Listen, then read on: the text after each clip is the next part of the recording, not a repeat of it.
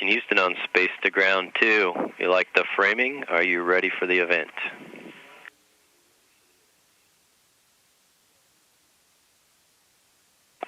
Museum of Flight, this is Houston. Please call the station with a voice check.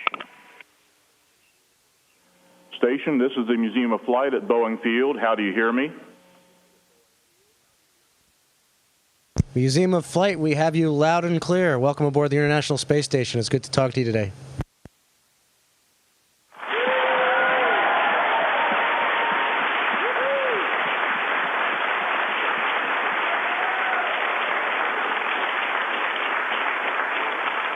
Ladies and gentlemen, it is my sincere pleasure to introduce members of Expedition 28 coming to us live from the International Space Station. Let's start the questions. Hello, my name is Alex Wenzel from Aviation High School in Seattle, Washington. And the first question is, how does the crew from such diverse backgrounds cope with their differences in language and culture? Well, Alex, that's a really good question, and I think the main thing for us is, we have a common goal, and so when you have a common goal, then you can overcome anything. Language difficulties, differences in culture. We had 15 nations that came together to build this incredible orbital research facility that we presently call home, and we did that with these different diverse nations because we all shared that common goal. And it's the same for us up here as crew members on the International Space Station. Is we're all in this together. We all understand that we've got to get the job done, and we work very well together because of that, because we share that common goal, that common objective. So that's the main thing that helps us overcome those language challenges, etc. My name is Raymond Kenworthy of Puyallup High School, and this question is for Mike Fossum. How do you overcome the mental aspects of living in space, such as fatigue, being with the same people for extended periods of time, and or missing family and friends?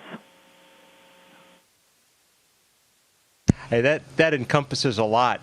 Like Ron said, as far as the different cultures getting together, it's respect and it's a common goal. And we all have that. We've dreamed about doing this since we were your age.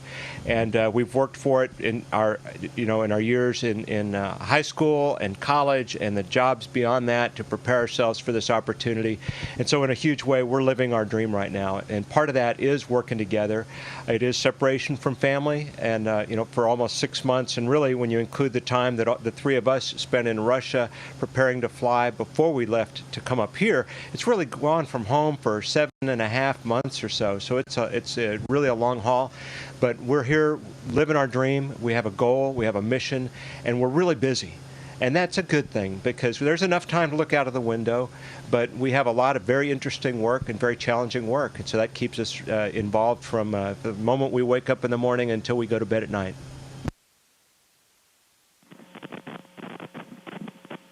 Hello, my name is Kirsten Ma. I'm from Ingram High School in Seattle, Washington.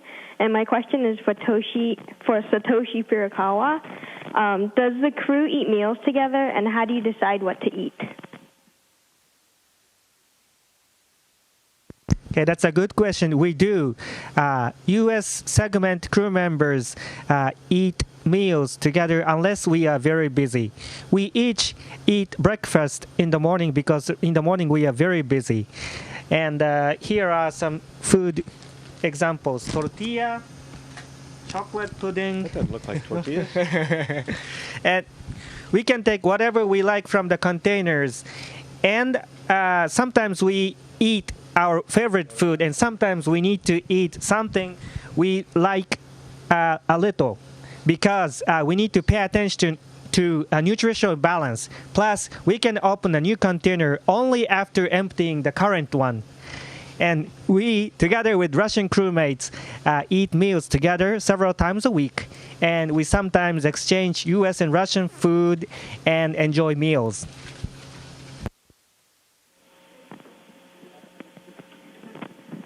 My name is Kira Thrush from Tacoma High School, and my question is for Ron. If any technology, medical or mechanical, could be developed to make training and transition from Earth to space easier, what would you use it for and why?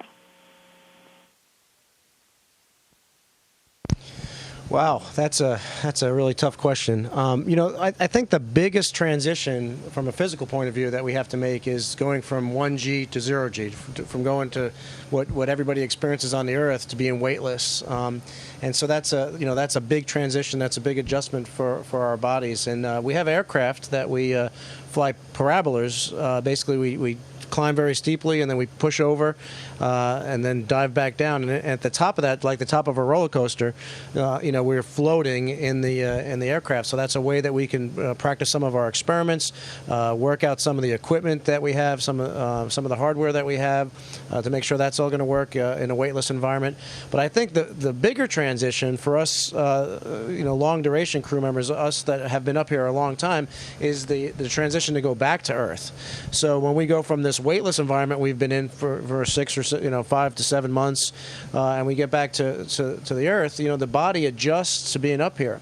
And one of the things it does is it realizes it doesn't need a skeleton anymore, and it doesn't need muscles that as much, as strong muscles anymore. So we have to exercise 2 hours a day so that we can prepare ourselves to return to Earth. And so there's a lot of equipment we use up here. There's a lot of medical procedures, physical training equipment and medical equipment that we use to make sure that our bodies will be prepared when we return to Earth. So really good question.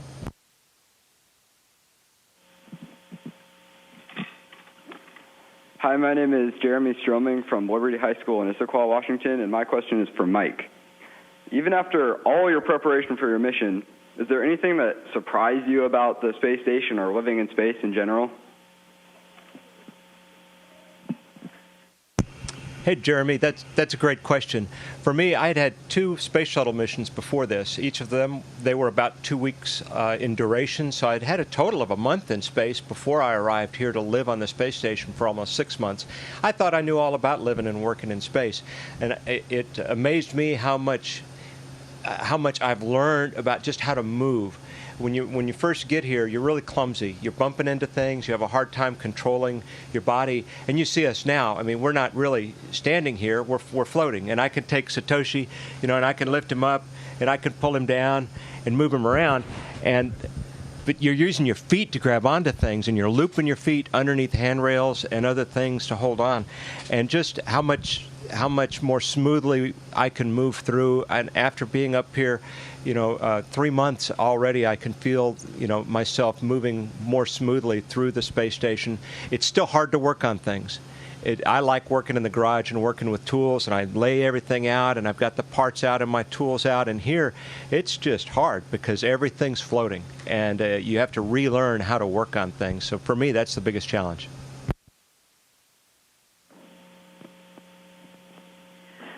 Hi, my name's Cadet Master Sergeant Nicole Gromolski from Fairchild Air Force Base Composite Squadron in Spokane, Washington. This question is for Satoshi. Sir, if you were to select the most beautiful place on Earth based on what you see from orbit, where would that be?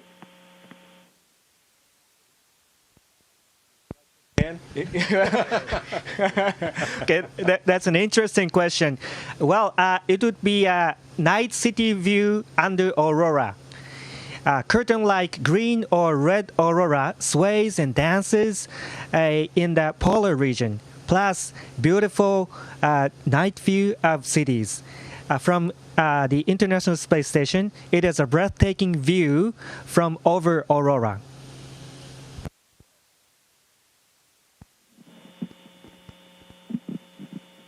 Hi, my name is Karn Singh from Aviation High School, Seattle, Washington, and this question is for Ron.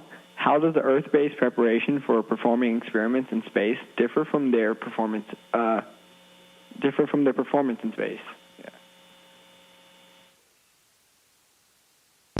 Well, one of the challenges that we face is, our training sometimes is very, very long before we actually do the experiments on orbit, and sometimes we don't even know exactly what experiments we're going to do before we leave.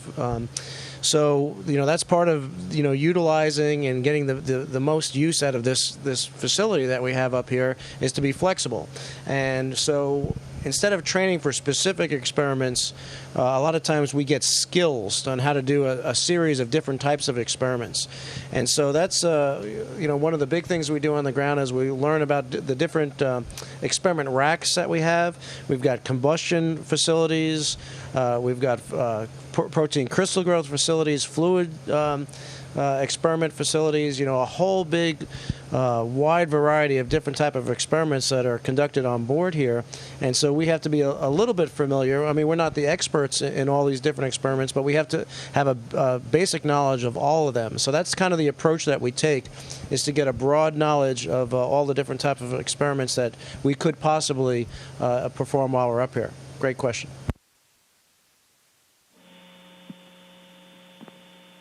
I'm Will Muser from Seattle, and I go to Aviation High School in Seattle. This question is for Mike. What are the roles of astronauts and pilots in a field that increasingly depends upon unmanned or remote-controlled missions? Now, that's a really good question, because the whole field, the whole concept of remote-controlled robotic kinds of missions is changing, and it certainly is in the world of aviation just in the last 10 years or 15 years, where remotely piloted vehicles and things like that are taking on a bigger and bigger role. But I'll give you a good example, and it's taking place just outside this window behind us right now. There's a special purpose dexterous manipulator, a very, very complicated tool. It's a wonderful tool, and it's over the course of 2 days here, it's changing out a power switch. It's kind of a complicated little power control box. It's about that big, that's on the outside of the space station, and it takes it really about 2 days to get in position, get everything lined up, and it's a very slow and tedious. Ron and I are both spacewalkers. We've done 4 spacewalks together, and that task as a spacewalk task for us is about 30, 45 minutes. So, that's kind of the difference, is that the human in the loop can really understand, feel it, make decisions, and adjust very rapidly. And our ability to get the robots to control that way is still in process. And there's always the value for getting human eyes and human hands and a human brain in the middle of the problem and the challenge. Now, there's some places where that's not appropriate. We're glad to have the robot outside. It doesn't look like a robot. That's not Robonaut that you might see on the news. But we're glad to see the robotic manipulator outside that's doing that job, because it's risky doing the spacewalks too, and this is a perfect task for it to do. But it's an example where if speed was important, you'd be sending the 2 of us outside to do it instead.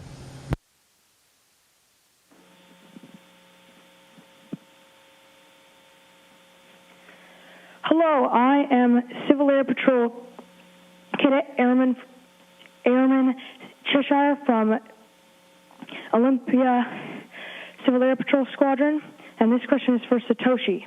How have the advancements in technology affected life on the ISS since it was first launched until now? Okay, that's a great question. Advancements in technology made the life on the ISS better and more comfortable. It is like the advancements in technology changed our daily life from 13 years ago. For example, the personal computers have made great progress, and the CPUs got much faster, and now the wireless access to a server is available on board the ISS as well. And cameras became more higher specifications. And we now have higher resolution, more sensitive cameras than before, and we can take high-resolution pictures of night views from the International Space Station. And plus, advancements in science have us perform more up-to-date research on the ISS. Thank you for the great question. Hi, I'm Civil Air Patrol Cadet Technical Sergeant Chris Garcia from the Fairchild Composite Squadron in Spokane, Washington. And my question is for Ron. Is it easy to see from orbit which parts of the planet have people using natural resources and which parts have people showing restraint? Yeah, well, at night you definitely can see because you see the lights. So it's the Earth really when we cross into the dark side of the orbit, the Earth just comes alive. I mean, it's just amazing to see the lights. But obviously, each of those lights represents civilization, and you can definitely see the results of human impact on our planet. You can see it in the forms of erosion. You can see it in the forms of pollution. We've been seeing a lot.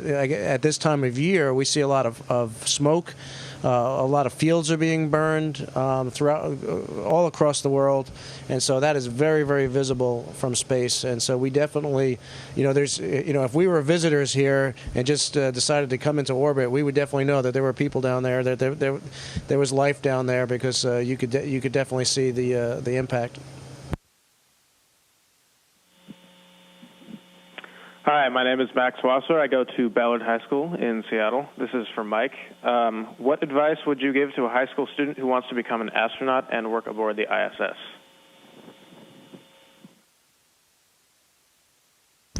That's easy. In short, work hard. Follow your passion. We have very different backgrounds. Ron was a test pilot, a fighter pilot, and a test pilot. I'm an engineer, a flight test engineer in the Air Force. And Satoshi is a medical doctor. Very different backgrounds. And the astronaut corps and cosmonaut corps are made up of people from a lot of different backgrounds. There's no one specialty that says, okay, that's what you do to be a crew member in space. We have different kinds of people with different science backgrounds, engineering backgrounds, some military, many not military, some pilots or other flyers, and many not. So there's lots of different backgrounds. The key thing is follow your passion. Don't go be an astronautical engineer because you think that's got astronaut in it. It doesn't. If you're really interested in metals and strengths of materials and stuff, go be a metallurgist or a mechanical engineer and be the best at whatever it is that you choose to do, because that's what really is important, is standing out as one of the best in your field. You can only be the best if you're passionate about it, if you're following something that you really want to do. Then you can be the best, and you're going to stand out in that career field and give you a shot at this one. There's no guarantees, but you're also going to enjoy the ride a lot more than doing something you don't really want to do. So enjoy the ride.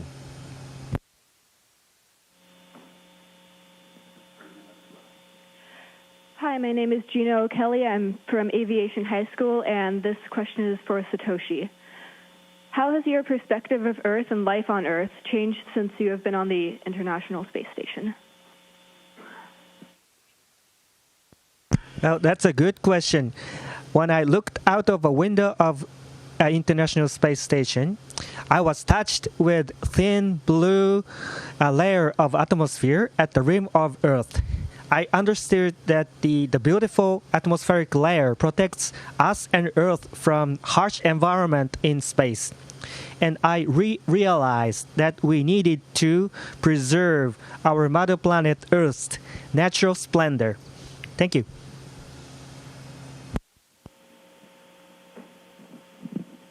My name is Surbi Ghadia. I'm from Aviation High School in Seattle, Washington, and my question is for Ron. How often do experiments give unexpected results? Well, unexpected results are usually the best results. That's why you do the experiment in the first place, because if you already knew the answer, you wouldn't be doing the experiment. So it happens. We've had some fluids experiments that are basically going to change the way we change our understanding of how fluids react. And we've had some other experiments where we've really discovered things that we didn't know existed. And so whenever we have these experiments that give us something a little different, that's always exciting for us up here, and it's exciting for everybody on the ground. And it's one of the joys of being up here and being in this very, very unique environment, because the experimentation that we do up here, the research that we do up here, can only be done up here. It can't be done anywhere else. This is a very, very unique environment, and that's why we've put so much effort into building it, is so that we could have these unexpected results, these results that we couldn't duplicate on the Earth. So great question. Thank you.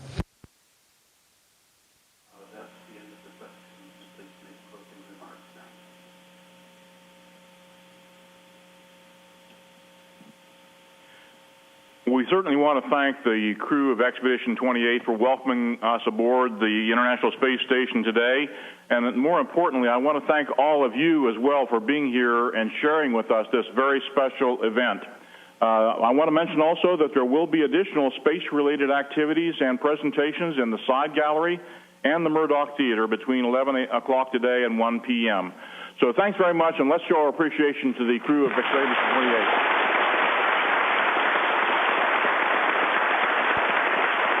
Well, thanks to everybody. It was great speaking to everybody today. Those were absolutely outstanding questions. It's obvious you put a lot of work and thought into those questions. It really warms our heart to hear how much interest everybody has in what we're doing up here, and we hope that you guys follow in our footsteps and be the next generation of explorers. And remember, science, technology, engineering, and math are really important, not only for your future but for the future of our planet.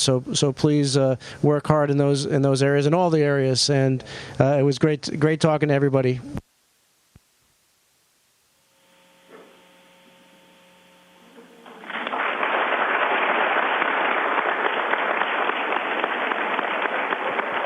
Station, this is Houston ACR. That concludes the event. Thank y'all. Thank you to the Museum of Flight, and ISS will now be resuming operational space-to-ground communications.